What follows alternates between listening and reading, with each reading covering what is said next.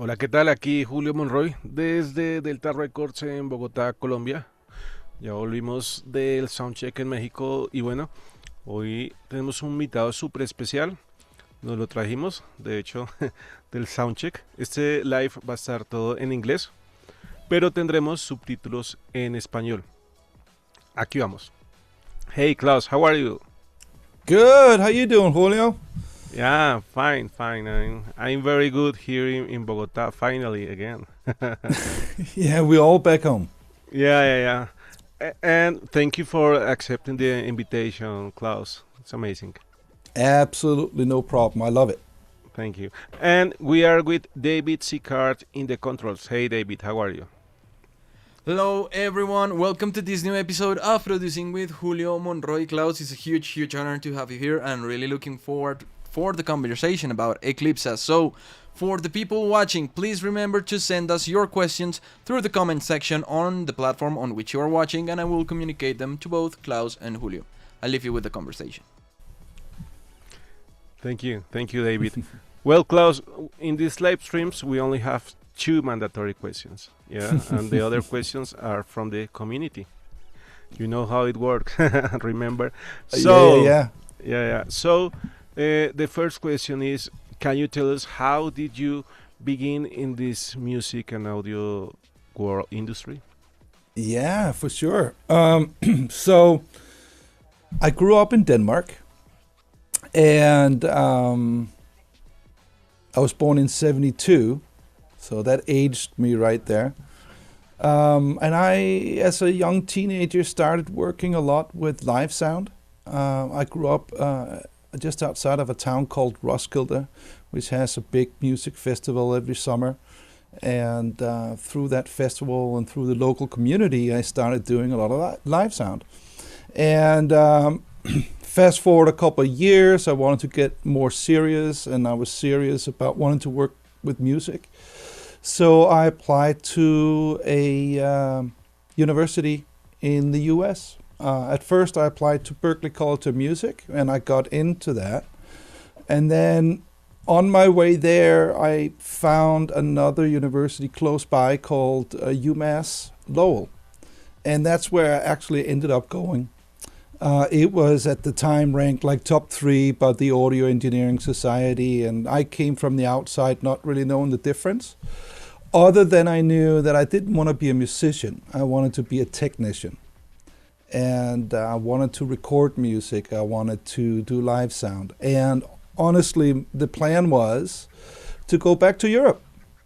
But I had to do a 3-month internship as part of the education, and I was lucky enough to be accepted to multiple places, including a couple of places in Los Angeles. And since I'd never been to Los Angeles, I figured I'd take my 3 months there before I went back to Europe.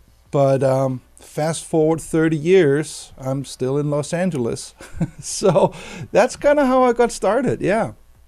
Wow, that's cool. And how did you begin in Marshmellow? Or tell us the history, please. Oh, yeah. So, well, so continuing on from there, jumped between a couple of different studios. The first year, I ended up at a studio named The Complex. That is George Massenberg's old studio where He recorded Earth, Wind and Fire and similar things. And one of the things I was lucky enough to come out of school with was being the last generation who learned how to use a razor blade, as well as the first generation who was taught Pro Tools. I think Pro Tools had 4 tracks at the time. Wow. And so I started as an assistant engineer, then an engineer, and worked my way up. At some point in time, I met my current business partner, Ken Calais, and we actually started a couple of businesses together, including about 20 years ago, we started a company called 5.1 Entertainment Group. And at 5.1 Entertainment Group, we remixed in 5.1 albums like Fleetwood Mac Rumors and other fun major artists for the immersive format of the time. And we then separated, had our own production company. I think we were called Highway 5.1, outside of 5.1 Entertainment Services. During that time, we went to London and recorded Christine McVie's solo album and did some other very fun stuff along the way. And I took a little detour into music archiving, media migration, created a company that we ultimately sold to another company called Iron Mountain. That company was primarily focused on restoring and migrating media to digital. We started with audio, got into imaging, got into video, and then ultimately into film. And the company is actually flourishing on its own under the banner of Iron Mountain. But I wanted to get back to music, to what I really got into town for, get out of the corporate desk from Iron Mountain. And so Ken and I then started Marshmellow Skies. At first, we were renting into a production suite at another studio. And for no bad reasons other than practical reasons, we decided to build our own facility. And that's where I'm sitting right now. And we've been here for the last 4 or 5 years. We've been working with primarily Dolby Atmos starting 6 years ago. Was part of that wave that remixed a lot of legacy artists. Again, we kind of wanted to break away from that and also create new recordings and work with new artists. And we also wanted to be technology agnostic. Dolby Atmos has taken on this word like Xerox. It's become synonymous with immersive music, but there are other technologies like Sony 360, Oro 3D, DTSX, and others that can also, perform as well when it comes to immersive distribution. Each have their strengths, each have their weaknesses, but ultimately they're all trying to do the same thing. Well, that's cool.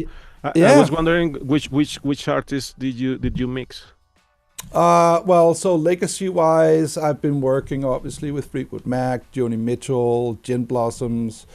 On the newer side of things, I work with artists like Filter. Wow, I have to remember all of a sudden. You put me on the spot, Julio. But I would also say we work with, I just recorded and mixed an album for a band called Streetlight Cadence. And it's a very good example of some of the new stuff we're trying to do in breaking new artists and new avenues for this new world of immersive media, audio and video. It's 3 street musicians that got together, created a band, and we were lucky enough to work with them over the past year and create a full album with them that they have started to roll out. And I can later in our talk here maybe tell you about another artist I'm working with, which we have a little surprise around for your listeners. But yeah, so that takes us to the last 2 years where I've now also been working, because I love technology, working with Google and with Samsung and with LG and other hardware manufacturers to help develop the Eclipsa format, which is just like all the other immersive formats, trying to get the immersive audio out of the professional studio and into the hands of the listener, which has quite frankly been the hardest part of immersive music. I think everybody who hears it loves it, but not everybody has a chance to listen to it. So the advantage I found, again, not really caring what technology I use, I found that because Eclipsa is going to be the audio backbone of YouTube, now all of a sudden the biggest streaming platform in the world has capability of playing immersive music. And as such, I started working with the corporations about developing it so that artists, producers, engineers have access to this technology for free. And all of a sudden, I hope that we can start get some immersive music out there to people who wants to listen. Klaus, for anyone just who's stepping into immersive audio, and to them and for me, what is exactly Eclipsa, and why the people should pay attention to it? So, well, let me start with the last one. Why should people pay attention? Because it's on YouTube and because it's free. When it comes to all the other tools from all the other people, we mentioned Dolby, DTS, whatever, you have to pay for the tools. And you have to pay for the renderers and the playback environment. If you address something like Dolby Atmos, you can obviously have a visual component if you stream from Netflix or from other video platforms, but there's no good place for the independent artist to distribute audio and video together with immersive audio. And that's what Eclipsa is going to do. Now, taking a further step back to the beginning of the question, Eclipsa Audio is a rebranding of a technology that at its core is called IAMF. And honestly, I don't remember what that acronym stands for. There's a reason why it got rebranded Eclipsa. But ultimately, it's an open source format that any software or hardware developer can go and download the tools for. You can go to GitHub and get it as an example. And you can develop hardware and software for free without paying a license to anyone. And that is why we believe that this format will probably explode very quickly in size as it rolls out, because you don't have to pay anybody to incorporate it. Wow. So basically, the good thing is that is free. I think that that is like for everyone. Yeah, it's for everyone. It's about democratizing the availability of creating cool immersive content. You can go and download the plugin for Pro Tools and all the other DAWs today. There is a working plugin. You can create audio today. And I actually spoke to a lot of professors while we were in Mexico City. I heard you mentioning us coming back from Mexico City. And a lot of the educators are teaching all the professional tools with all the expensive gadgets. And one of the conversations we had was that the students that now learn this stuff are stepping out into the real world after school. And all of a sudden, they got to pay to play. They got to pay for their software. They got to pay for their hardware. And I think anything we can do to help any creator, it doesn't have to be a musician. It can be a standard, if there's such a thing, creator on YouTube. And allowing them to have free tools to play around with is going to be a lot of fun, I think. And I was wondering, what was the first thing or the first song that you mixed in Eclipsa? Ooh. Well, the very first song I have reappropriated some Fleetwood Mac from Adobe Atmos Mix, Oh, and cool. I translated that into Eclipsa, and we used that as demo material. It's not something we could legally let out into the world. We found that the record labels don't really understand it, so they don't really know how to use YouTube. So working with traditional record labels was not always the right path. So as a result, we went out and we found new artists. An artist I worked with a couple of years ago, Katrina Wolverton, she was probably the first dedicated Eclipsa mix. There was a couple of artists. All of these artists and all of this material we're actually going to release very soon. We are starting a channel on May 7th called Eclipsa Audio Music. And that's all it'll be. It'll just be music on that channel. Right now, it's actually public right now, but it's just with 3 songs that Google is using for internal testing and trying to break things. But ultimately, on May 7th, we're going to roll out with 10 songs, and then after that, 2 songs per week in support of just spreading the word. And yeah, it'll be a lot of fun. And look, we teased a little bit earlier. I gave you guys a link to a song that will be released in the future. It's an unlisted song. And your listeners can click on that link if they so please and listen. I would guess that 95 to 99% of your listeners right now are probably going to end up hearing this mix in stereo or That's right. on headphones, folded down from the immersive mix.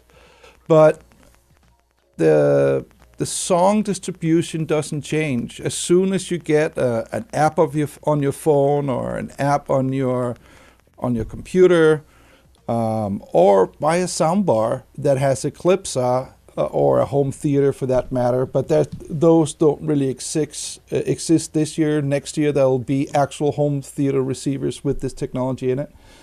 But you can go out and buy a soundbar today and actually get the experience of true immersive music in your living room.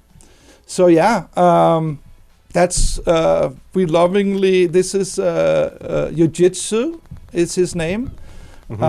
We lovingly call him the monk. He is a transcendental priest from Japan, and he beatboxes and throat sings, and it was a project where he flew in from Japan.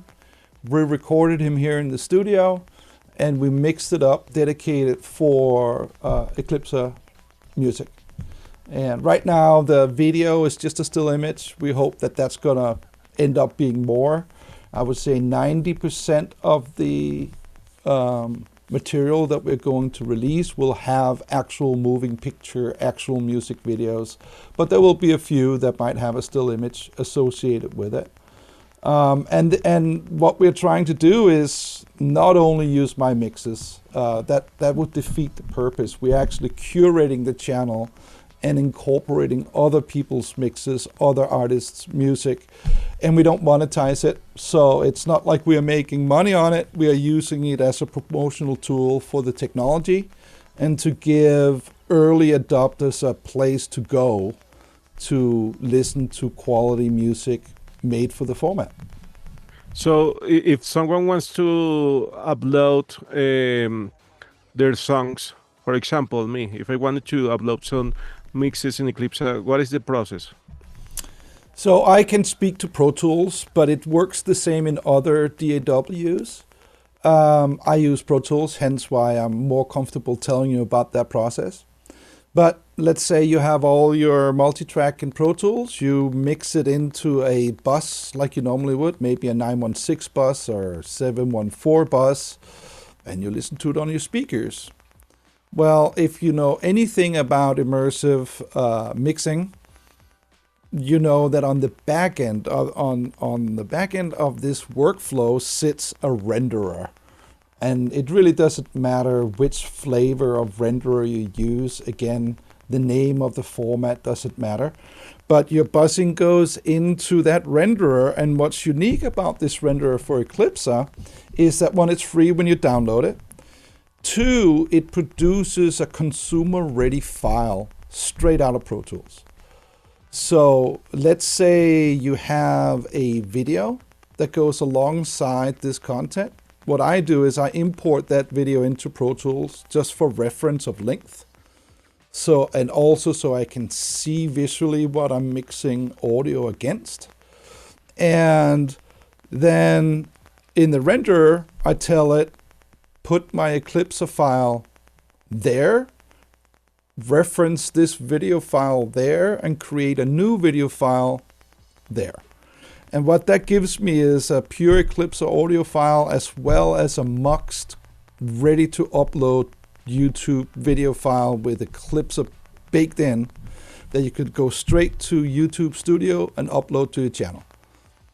So it all happens in one interface. You don't have to create first an ADM professional file that then needs to be re-rendered into something else and then muxed into a video file for distribution like you do with, for instance, Dolby Atmos. This all happens in the DAW renderer natively. So yeah, I hope that without getting too technical explains the workflow of it. Yeah, yeah. Well, I was thinking about that.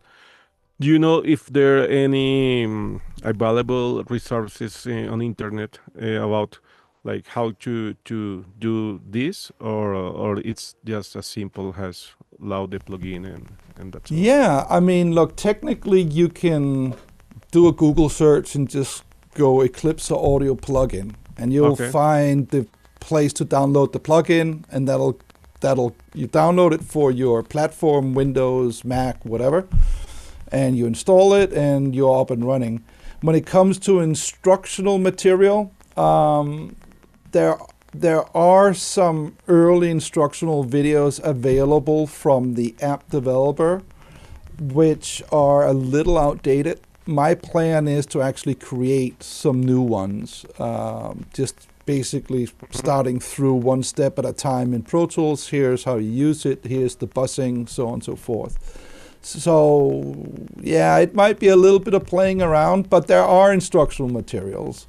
They're just not that updated or clear, but it's all that stuff is growing, like the availability of the various tools are definitely growing. It's a format in its infancy. We just got up and running this year, although we've been working on it for a couple of years, and technically YouTube was ready for it last year. Along the way, we've broken YouTube, we've broken the plugin, we've broken many things, but we've gotten to a place now where it's relatively stable. And look, don't forget, this is a Google product, right? I mean, it's not Google that came up with the source code, but they are developing the Eclipsa audio format. So anything Android in your car, on your TV, on your phone, anything Chrome on any platform will be able to play back both stereo and binaural and a multi-channel. So there's many ways to consume this format. And I don't know how much your listeners know about the binaural concept, but basically in a modern binaural playback is taking that multi-channel, multi-directional information and cooking it down to two channels, but encoded in a way that it gives you a sense of direction, not only left and right, but forward, back, and up and down. Okay.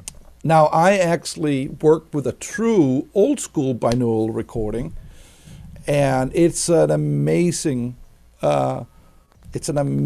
way to listen to any recording. You can truly on headphones hear forward, back, up, and down, especially if you molded that binaural microphone head with your own earlobes. The modern binaural formats are algorithms, they're math, they're calculations to try to emulate that experience, and they're not perfect, but they get better every day. And the advantage of being late to the game is that I would say Eclipsa has the best binaural renderer available. So yeah. Wow, it's amazing.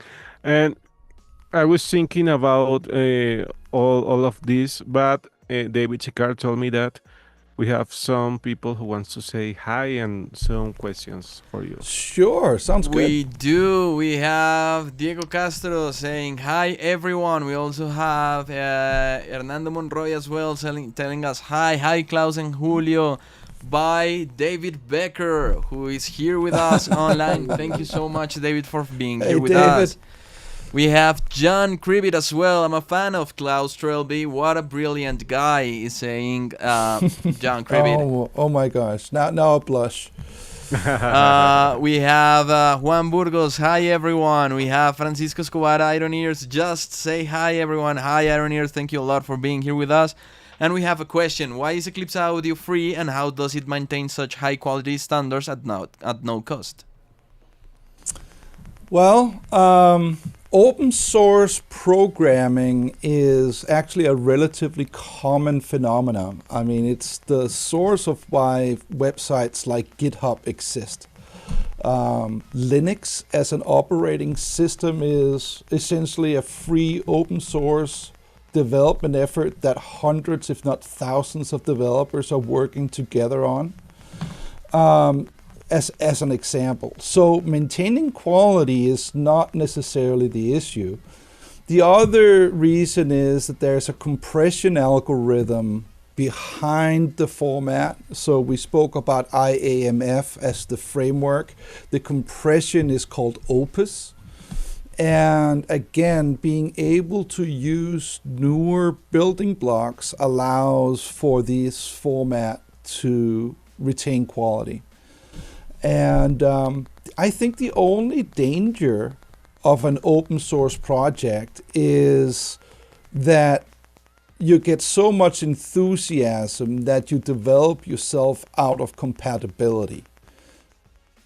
Because open source allows you to play with it, right? So if you stay within some of the certain guidelines as you develop, you should be safe. But you can develop yourself out of compatibility at some point. The good thing about an open source project is that you have many people contributing to the same goal. And the renderer, the Pro Tools and other DAW plugin that I'm using today is something that got commissioned by Google through, I believe they're German, a German development app developer. But chances are that a year from now, some guy in Bogota develops a plugin for Pro Tools that is even better. Why not? Yeah, I mean, anybody who can create a plugin can use the core kernel of this open source and create their own plugin. Who created the plugin? Do you know?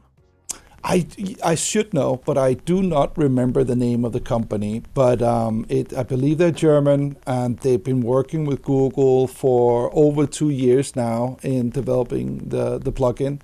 And I came on board essentially to shake out this plugin to make sure that it was not just engineers, like software engineers working on it, that there was some audio users to make it useful for us who actually use it to create audio. But yeah, again, it's just because, and so to the question, why would Google spend money on this and then distribute it for free?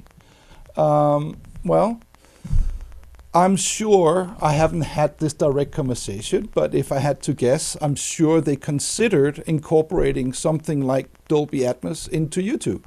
Mm-hmm. The problem is they have millions, if not billions, of views, and they would have to pay the owner of that technology X amount of dollars to incorporate it into YouTube.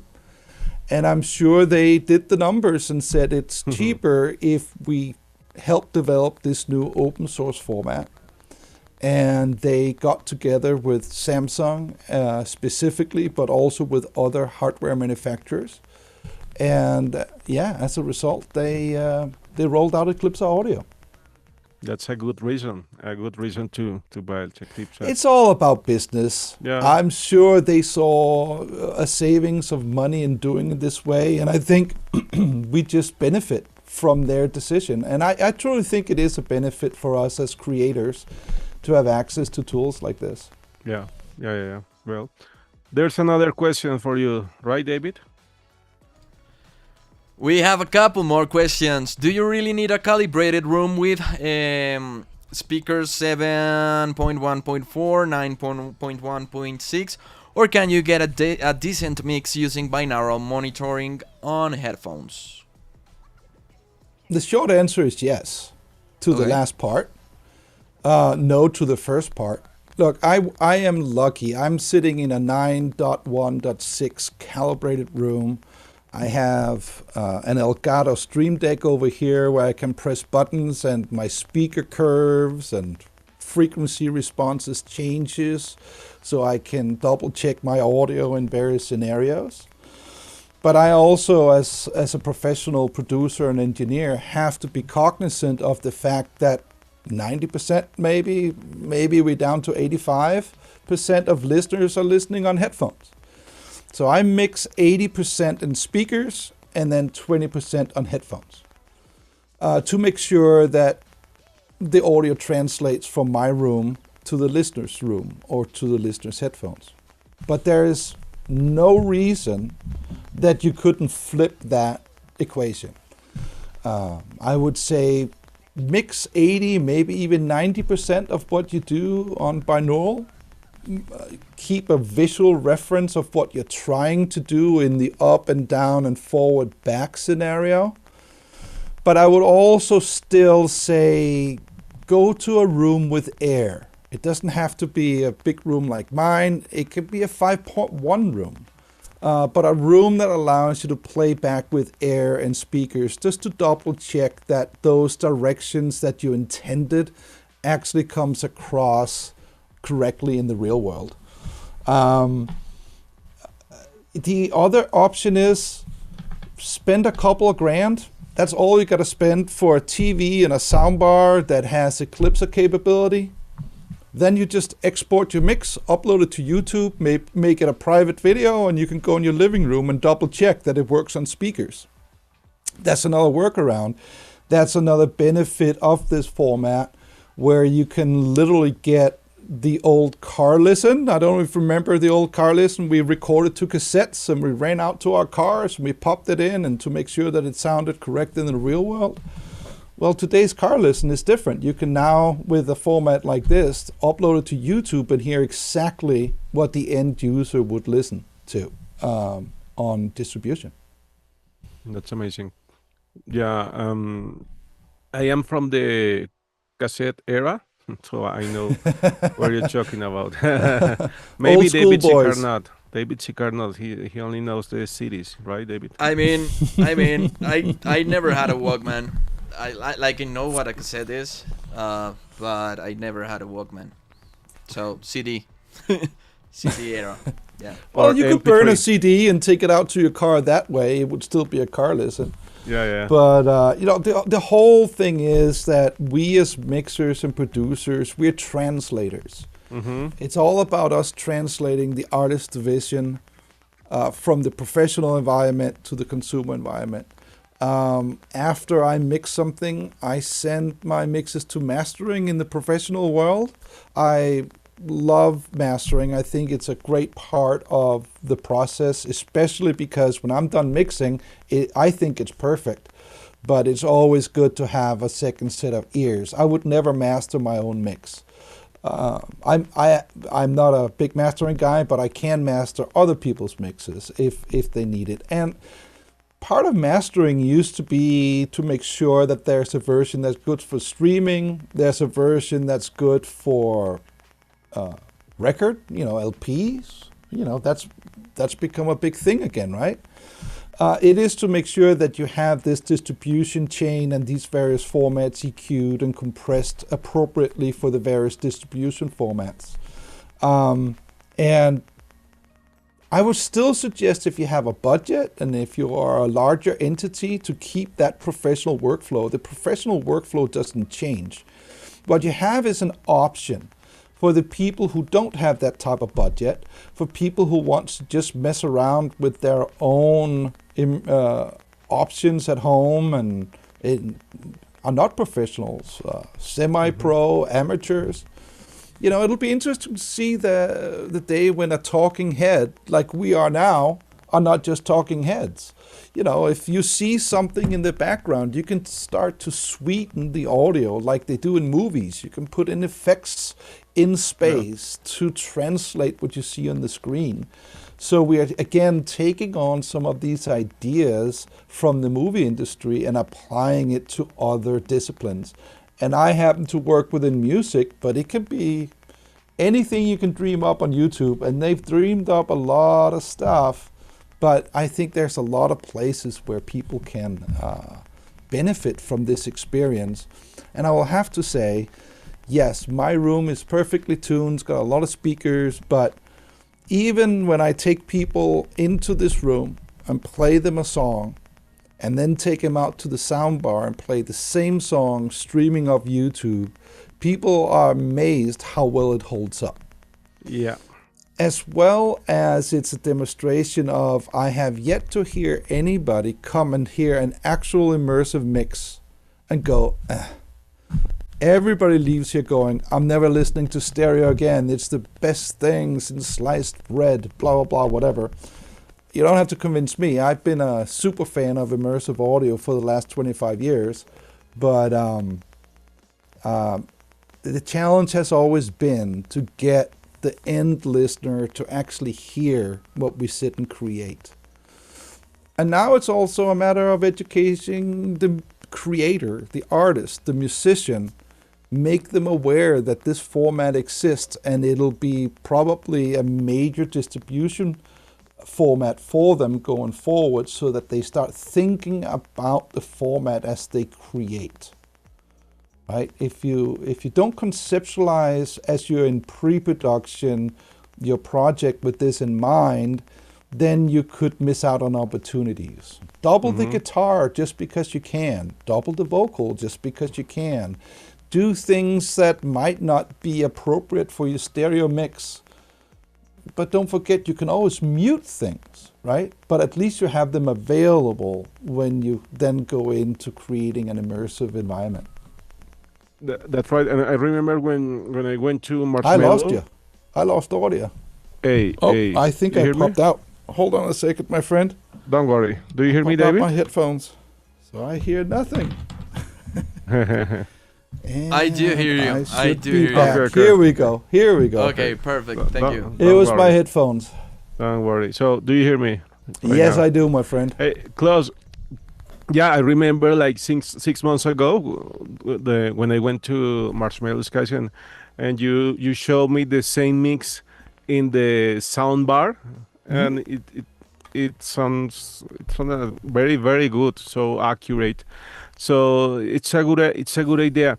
I was wondering about how is mastering in Eclipsa. How is the process?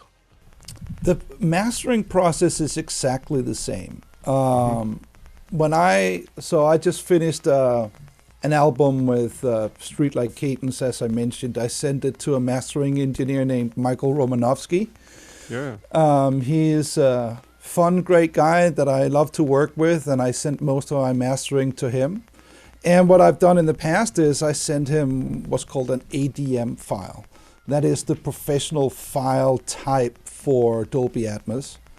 And he then masters that and generates deliverables based on that file. There is really no difference. You could, in fact, keep your exact workflow, create an ADM. If you're a professional creator that has the Dolby workflow, just create that, and when you send it to your mastering guy, say, and by the way, when you're done mastering this, create a 714 Eclipsa file for me. And the mastering engineer can, from that ADM, create an Eclipsa file. Or you simply spit out your uncompressed version from the render in Eclipsa and set that to your mastering engineer. And his workflow is essentially the same.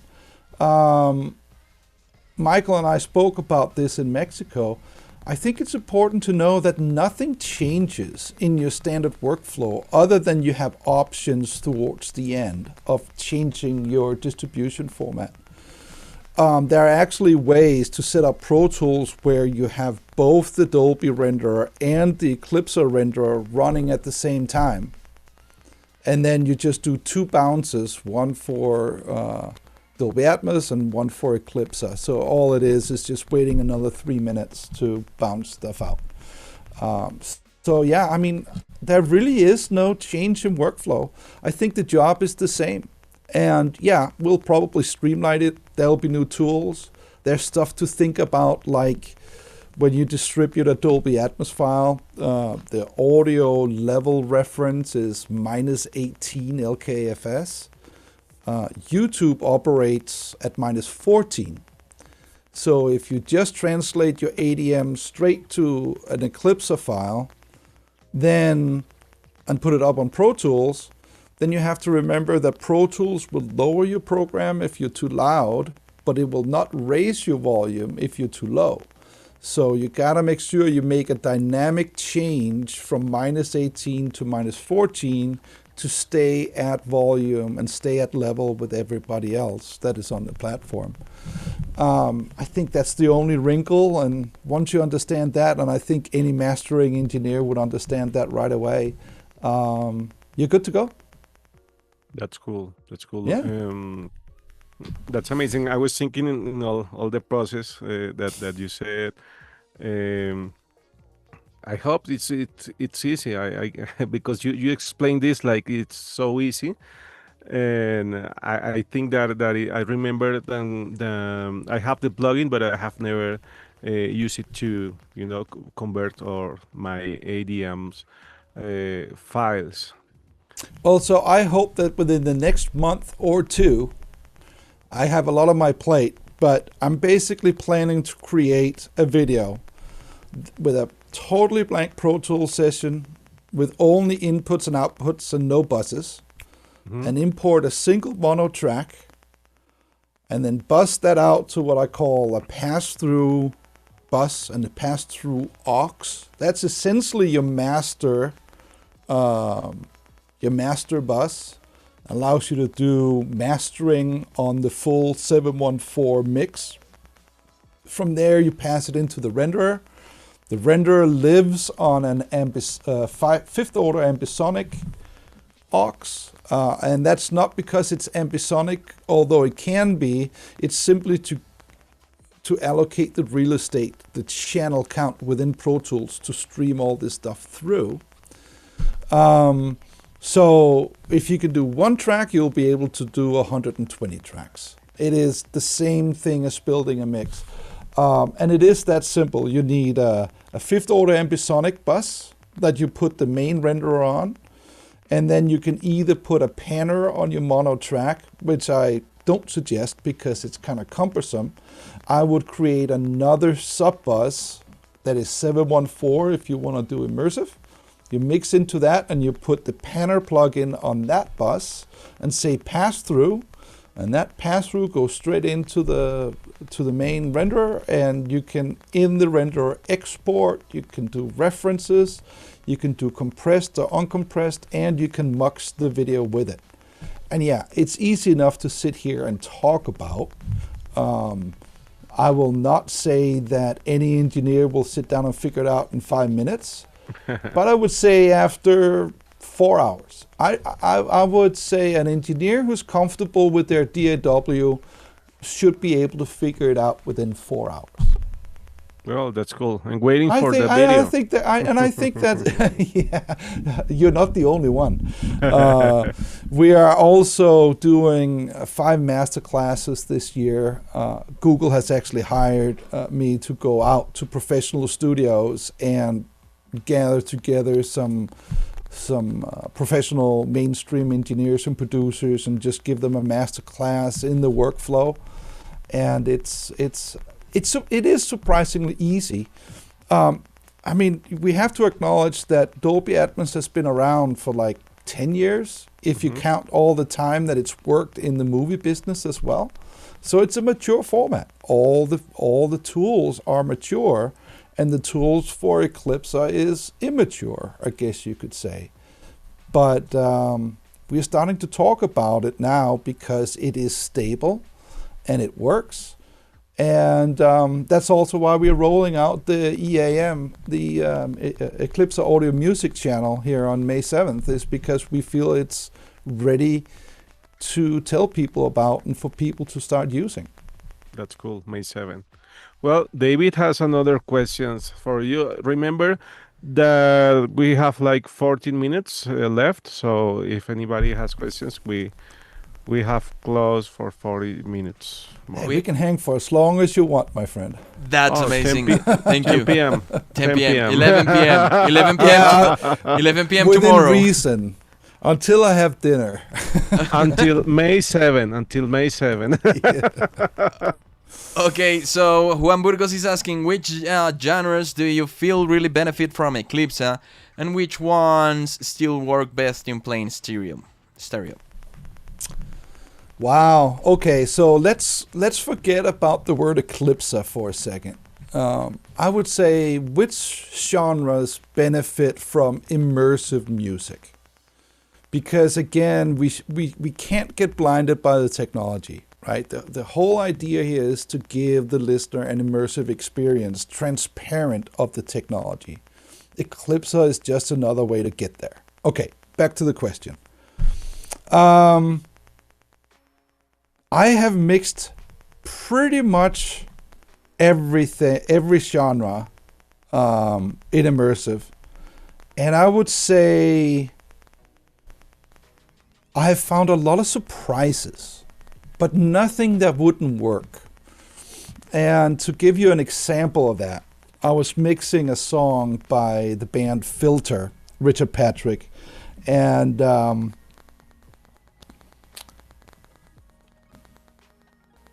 he had, I think, like 50 tracks, maybe 60 tracks of stacked guitars. That sound wall of guitars that you hear in harder rock songs. That is so amazing. It's like in your face when it comes to stereo. And I was really looking forward to mixing that and spreading those guitar stacks around you and just creating this crazy environment. But I found, as I was mixing, as soon as you started taking those guitars apart, as soon as you started separating them in space, they lost their luster. They lost the magic of what a guitar stack is supposed to sound like. And I essentially had to keep them very close together. Now, Filter has some great compositions, and there were certainly many other things I could use to move around. But it is interesting that separation is fun, but it's gotta be done musically. You essentially gotta listen to what you're doing to make sure things don't fall apart. Sometimes music has been composed in a way where parts work tightly together, and if you spread them physically in space too far apart, they lose the joint sound that they created to begin with. Now, I will also say that it is seldom that I have sat with any band live without speakers, without amplifiers, call it an acoustic set, where I didn't enjoy it because I'm listening to the music. I'm not listening to the sound per se, right?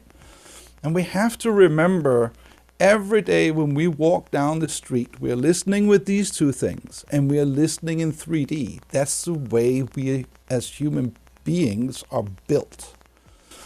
So strapping two speakers to the side of your head or having 2 point sources in front of you is actually less natural than sitting in a speaker environment that simulates immersive sound, right? So I can create the sound of a natural environment. And that comes into play especially when we marry it with visuals. I'm lucky enough to work with an artist named Josh Rogerson. His pedigree, his history is 10 years on Tiny Desk. I think they just crossed 1 billion views. He's now out creating a new project called Global Sound Concerts. And it's all about finding a location, finding a local band in countries around the world, and it has a visual component, and he has been putting that up in stereo on YouTube. And now all of a sudden it's about not making everything pristine and perfect, but creating a soundscape that transports the listener to the place that they see on the screen. So I call this type of mixing hyper-realistic. I start with an ambisonic microphone that gives me the sound of the space as it is for real. And I use that ambisonic mic in my mix, but then I'll also sweeten it with a fake reverb or a space emulator that puts the listener there, so that when I start putting direct mics and other mics into the image, it sounds like you're there. Just better, right? So that's the hyper-realistic part of that mixing process. But yeah, I mean, I wish, not that I wish, but I can't think of anything where I can tell you that doesn't work in immersive. Mm-hmm. I can tell you that each genre, each artist, and each song is different. So we as audio engineers gotta remember, use your ears. Yeah. If it sounds good, it is good. It's that simple. Yeah, that's a good point. Yeah, I remember the song with the claps that begins with the claps and sounds like if you were there. Yeah. Sounds pretty good. Yeah, I was talking like 1 week ago with Josh Rogerson about that, how he recorded that song and the claps. It's like a cape or something like that, but yeah, good. Well, we have more questions for you, right, David? We do. We have another question. Is there any creative choice you've made on an immersive mix that you would never do in stereo? Apart from location? Because, well... Yeah. I mean, I think the answer has to be yes. But I'm struggling in finding an example. I think when you mix for stereo, you're not only mixing for the format, again, you're also mixing for the end user and the distribution chain. And we're just coming out of the loudness wars. I don't know if you guys remember or know the loudness wars, but basically everybody's got to be louder than the next guy. So we press things up to the point where verses and choruses have the same volume, essentially, right? The only difference between a verse and a chorus becomes the instrumentation and the intensity with which something is played. But actual volume is gone because everything is just flatlined. I think one of the things I really enjoy about immersive mixing is that we've gotten the dynamics back. All of a sudden, the sense of air, the sense of space is back. And that's something I would say you can't really do in stereo versus immersive. Of course, you can create a dynamic recording and a dynamic mix as it relates to stereo, but immersive music just does that 100 times better. And then I would say in any format, I could mix a song for a week. It's never done. Part of the task of being a professional engineer is to know when it's done. I think if you're an artist creating your own art, it is sometimes hard to put it down and to know when it's good enough. But, as artists, it's never done, right? You can always add a little flavor here and there. But that's part of being a professional or being focused on your art, is to also know when to put the pencil down. Yeah, that's right. Sometimes we are like creating songs or mixing or doing whatever recording, and we like if you we don't have a deadline, it's so difficult like to end. So yeah, that's right. Yeah. Well, Klaus, David had some advertisement. David, right? Yeah, first of all, please remember to check our new YouTube video about the Zenith 2 from Antelope Audio. We took this amazing interface to Mexico City, actually, to soundcheck and to the Pan American Audio Educators Conference as well. This is the first part of a 2-video series that we are gonna make about this interface. In the next video, we're gonna talk about the function and actually how to use it practically. So be sure to check that one out. On the other hand, remember that this episode is actually gonna be a podcast as well. It's really simple. You just go to the platform on which you prefer to listen to podcast and you search for Produciendo con Julio Monroy. There you will find this episode and all past episodes as well. Thank you, David. Yeah, this is the interface that we took to Mexico. I So love the Antelope stuff. It's very clean stuff, sound-wise. Just got that crisp, clean sound. Sorry, not that you need me to promote it, but I happen to like Antelope stuff. that's cool. Do you have Antelope gear in the studio? I had in my past studio a whole bunch of Antelope gear. Right now I'm using primarily Avid stuff, the MTRX IO. But yeah, I've used Antelope in a lot of different places. Cool. Yeah, that's great. And the interface is so small, and I like it. A lot. Hey, Klaus. Well, remember when I told you that we have like 2 mandatory questions for you? Uh-oh. So this is the last question. It's so easy for you. But what would be your advice for the new audio generations who wants to mix in immersive and enter in this audio world? Experiment. Break things and just do it. Your career will be very different from my career. It's just inherent in our business with AI tools, and there's a whole lot of fear in our business about what that looks like. What I can tell you is you will be just as important as I was in my career. Your career will just be different.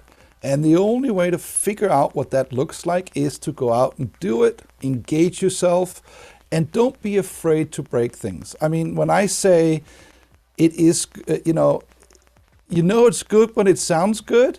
It doesn't matter how you get there. If you use spit glue and rubber bands, if it sounds good, it is good. Just go out and make something. That's a great advice because yeah, the it's different eras, different world now with AI and all this stuff. Yeah. So yeah, thank you, my friend. It has been a pleasure to talk with you. Absolutely. Yeah, I think that from now I have like more questions about Eclipsa than answers. But with your video, I will answer. Please tell us when you have the video. Are you Yeah, going for sure. to edit it yourself, or Google, or who is going to do that? Unfortunately, it's probably going to be me and my intern. But, I'm not planning to make anything super fancy, or I'm trying to make something pragmatic, something that Okay. people can use. And look, we can redo it, right? So if we don't get it right the first time, maybe we could do it a second time. We all learn from our mistakes. This whole video world is new to me, right? I used to Yeah. just listen and close my eyes. Now all of a sudden we gotta open our eyes and actually pay attention, and I love it. I mean, old dog and new tricks. I love new tricks. Yeah. Well, if you need some help or something like that, we are here. Okay. Absolutely. I might we reach create a lot out. of video. Be careful Yeah. what you offer. It is. We it's are ready. recorded. Yeah, it's recorded and we're ready. Yeah, we are That's ready. great, man. Hey, thank you, my friend, and thank you, David, for being the controls. Amazing work. It was Yeah, my thank you pleasure. guys. You guys are the best. I love being on here. You're just great guys. And for the people who don't know you personally, if you see them on the street or see them at a show, go up and say hi. They're Yeah. good people, man. We are short, just in case, because sometimes people think like, I thought you were like really tall, and then they see me and it's like, okay, hi, what happened to you? So yeah, we have a comment But here. Klaus is tall. Yeah, Klaus is tall. He is tall. We're not tall. We have Lollipop Lore. Hi Julio, when are you and Andrea and David going to visit us in Illinois? That Pretty would soon. be a great idea. Yeah, yeah. we're gonna go with Klaus as well. Hope you're ready, Yeah, Klaus. we'll go. I just mixed a new song for David yesterday called Carol's Crater that he's releasing. It's about the Artemis 2 mission, and let's not take up too Oh, much wow. time with that, but a quick shout out to David. Well, yeah, that's a good. Yeah, That's and He amazing. said that he was going to write a song about Bogota. I remember that. Well, he wrote a song about a crater first, it sounds like. That's amazing. You can actually go and check his music out on all streaming platforms. David Becker, you should definitely listen to it. It's guitar, music, and he has like this looping system that it's pretty amazing. I love Jupiter. That's my personal favorite. And we have a video with David And here we in the have a studio. video with David here on our studio, so go and check that out as well. We have Francisco Escobar saying, thank you so much, was amazing. Loli is saying, they're amazing guys, and yay, after we talked about David Becker music. So, well, yeah, Klaus, thank you a lot for taking the time to do this with us. It was amazing to have you here.